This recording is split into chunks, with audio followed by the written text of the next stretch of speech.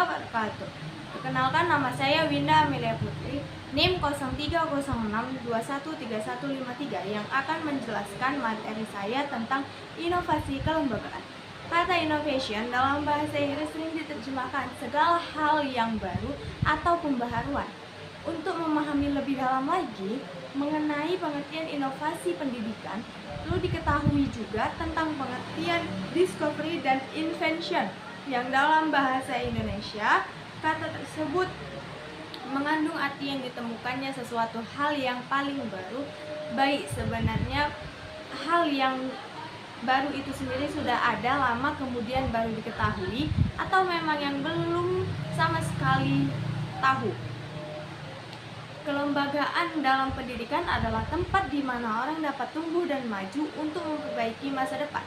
Setiap individu dalam lembaga ini akan mengalami transformasi dan kemajuan sesuai dengan warna dan gaya lembaga, seperti lembaga keluarga, sekolah, dan masyarakat yang merupakan lembaga-lembaga pendidikan yang dipertimbangkan.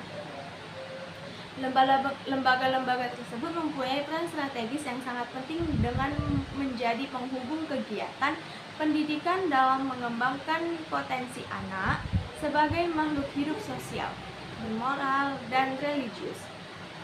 Yang kedua ada madrasah model. Madrasah model secara etimologi merupakan isi makan dari kata darussa yang berarti belajar, yaitu madrasah tempat belajar bagi peserta didik atau bangunan tempat pendidikan atau proses belajar mengajar secara formal dan klasikal. Secara terminologi, madrasah ialah lembaga pendidikan formal yang dikelola oleh Kementerian Agama yang menawarkan pendidikan umum yang bercirikan agama Islam yang meliputi Raudatul Atfal atau RA, madrasah ibtidaiyah atau MI, madrasah aliyah atau MA, dan madrasah aliyah kejuruan atau MAK. Sedangkan model ialah suatu jenis pola, contoh, atau acuan terhadap sesuatu yang akan diciptakan. Madrasah model ini biasanya inisiatif yang dirancang untuk mengubah sesuatu madrasah menjadi madrasah unggul dalam segala hal, sehingga dapat menjadi contoh bagi madrasah lain yang ada di sekitarnya. Madrasah model ialah sekolah yang menjadi contohan atau acuan bagi madrasah lain yang mengajarkan pendidikan umum dengan tetap berpegang pada prinsip-prinsip Islam.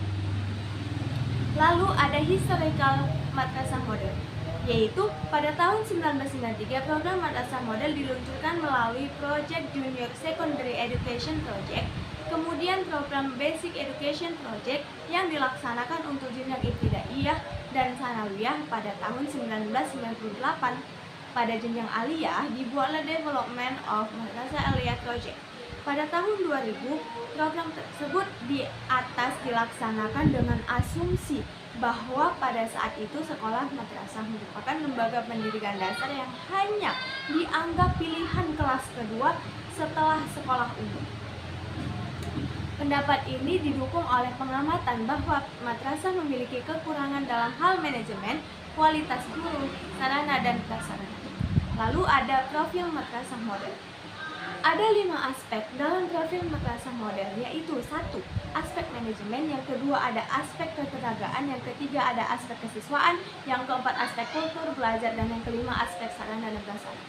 Yang selanjutnya pengenalan madrasah model, yang diletakkan pada 3 karakter mendasar madrasah yang diciptakan secara holistik untuk mendekati kriteria ideal pendidikan modern.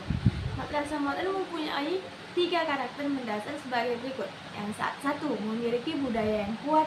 Yang kedua, kepemimpinan kolaboratif dan belajar kolektif. Yang ketiga, pembiasaan siswa menghadapi perubahan. Lalu ada Universitas Islam Negeri. 1. Rasionalitas. Setidaknya ada 5 faktor yang mendukung perlunya inovasi kelembagaan, antara lain konversi IAIN menjadi UIN sebagai berikut. 1. Pertama, adanya hakikat pendidikan di madrasah aliyah telah berubah. Yang kedua, ilmu-ilmu umum dan ilmu-ilmu agama saling bertentangan satu sama lain. Yang ketiga, perubahan dari IAIN ke UIN bagi lulusan sarjana akan lebih mempunyai akses terhadap prospek kerja.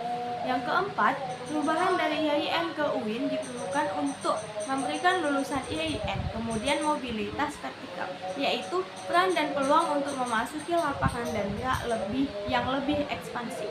Yang kelima, perubahan dari IAIN ke UIN juga sesuai dengan tuntutan umat Islam yang mencakup lebih banyak pilihan selain pelayanan pendidikan profesional dan berkualitas tinggi. Yang kedua, ada pengembangan fakultas dan program studi. Dalam hal ini, setidaknya ada 3 dimensi pengembangan fakultas dan program studi di lingkungan UIN. Ialah, yang pertama ada dimensi universalitas Islam, yang kedua dimensi kebutuhan masyarakat Islam, dan yang ketiga dimensi regulasi. Yang ketiga, pengembangan kurikulum. Di lingkungan UIN, pengembangan kurikulum dipengaruhi 4 faktor sebagai berikut. Yang pertama ada perubahan pandangan filosofis. Yang kedua ada perubahan kemasyarakatan, yang ketiga ada perkembangan pengetahuan dan teknologi, yang keempat ada perubahan kebijakan dalam bidang pendidikan. Lalu yang keempat ada pengembangan bidang penelitian. Penelitian merupakan satu dari 3 dharma perguruan tinggi. Maka penelitian tidak dapat dipisahkan dengan 2 dharma lainnya, yaitu belajar, mengajar, pengabdian kepada masyarakat. Yang kelima ada pengembangan bidang pengabdian masyarakat. Pengabdian kepada masyarakat atau PKM memiliki berbagai fungsi bagi sivitas akademika UIN. Beberapa di antaranya sebagai berikut. PKM berperan sebagai wadah publik UIN yang mewakili sivitas akademik. PKM merupakan media bagi UIN sebagai wadah transfer ilmu pengetahuan kepada masyarakat dalam rangka mengatasi permasalahan yang ada dalam masyarakat. Lalu ada SMP terbuka. Yang pertama ada historical SMP terbuka. Pada masa Pelita II, pemerintah telah menetapkan salah satu strategi dalam pembangunan pendidikan dengan meningkatkan kesempatan belajar bagi anak usia 7 hingga 12 tahun.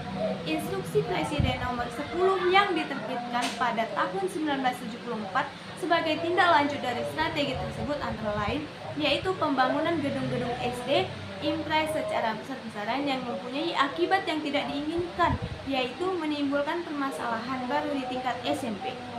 Ada beberapa alternatif penyelesaian diputuskan dalam rapat kerja nasional yang diselenggarakan di Cipayung, Bogor pada tahun 1977. Alternatifnya yaitu 1.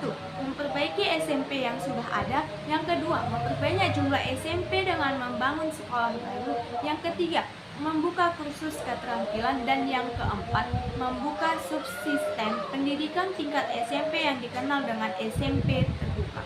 Yang kedua, ada tujuan dan sasaran SMP terbuka, yaitu yang pertama ada memberikan keterampilan dasar, yang kedua mempersiapkan siswa untuk sekolah menengah atau untuk kehidupan di masyarakat. Yang ketiga ada sasaran SMP terbuka diperuntukkan bagi peserta didik sebagai berikut.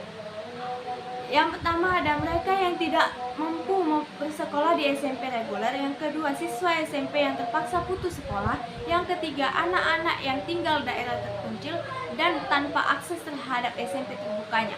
Yang keempat anak-anak dari keluarga yang berpenghasilan minim. Yang ketiga ada karakteristik SMP terbuka. Siswa belajar lebih banyak sendiri, guru berbagi tanggung jawab dengan individu lainnya. Ada beberapa sumber belajar yang tersedia, yaitu melaksanakan pembelajaran dengan tetap memperhatikan keadaan dan sifat peserta didik.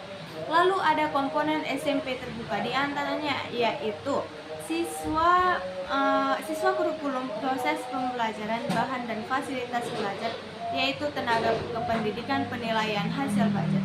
Sekian penjelasan dari saya. Lebih dan kurang saya mohon maaf. Wabillahi taufiq wal hidayah. Assalamualaikum warahmatullahi wabarakatuh.